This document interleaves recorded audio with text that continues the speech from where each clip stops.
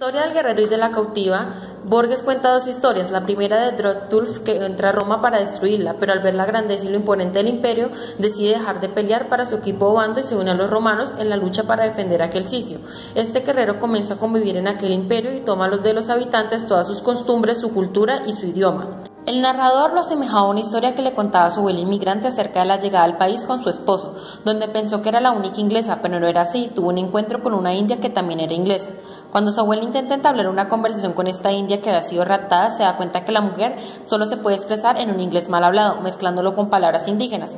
Le ofrece llevarla nuevamente a su lugar de origen, rescatarla, pero la india se niega y no vuelve a verla hasta el día en que, mientras cazaba, la ve aparecer a caballo y esta bebe la sangre caliente de una oveja que un hombre recientemente había degollado.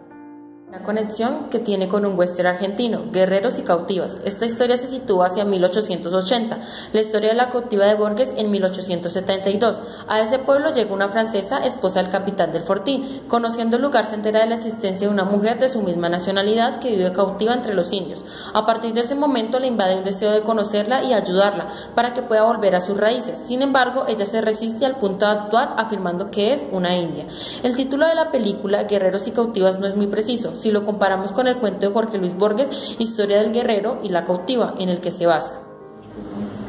Todos los habitantes de ese confín son a la vez guerreros y también cautivos. La película está inspirada en el cuento, pero el director también toca otros puntos. La civilización también está cautiva.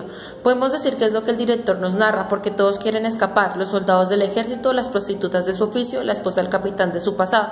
La francesa no puede aceptar que alguien de su propia nacionalidad quiera ser una india.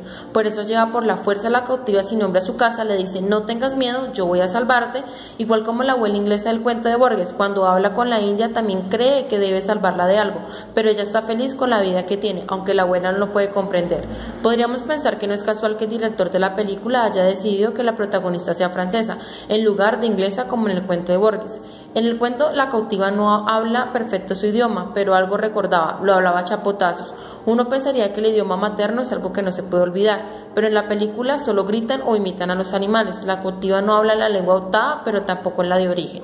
Ese mundo borra su origen, la convierten en otra, al punto que al final de la película se desabrocha el vestido, se suelta el pelo y, a diferencia del final del cuento de Borges, que la india inglesa se bebe la sangre caliente de una oveja como quien quiere demostrar un punto, la cautiva francesa también termina con sangre en sus manos, pero esta es sangre humana de un soldado caído en combate. Y en ambas obras queda demostrado los resultados del contacto entre diferentes culturas y lenguas, dando lugar a la pérdida de la cultura propia por otra. Podemos ver claramente cómo los dos personajes del libro, la india inglesa y el guerrero Drotulf, también la cautiva francesa de la película, renuncian a lo que eran por otra nación o cultura, que no es con la que nacieron. Los personajes desafían los papeles que el mundo exterior les asignó al nacer, así como las cosas que esperan de ellos, y ellos realmente hacen su voluntad. El que estos personajes se nieguen a cargar con roles impuestos y tomen una determinación diferente de la esperada, significa que estos tres personajes tienen más en común de lo que vemos a simple vista.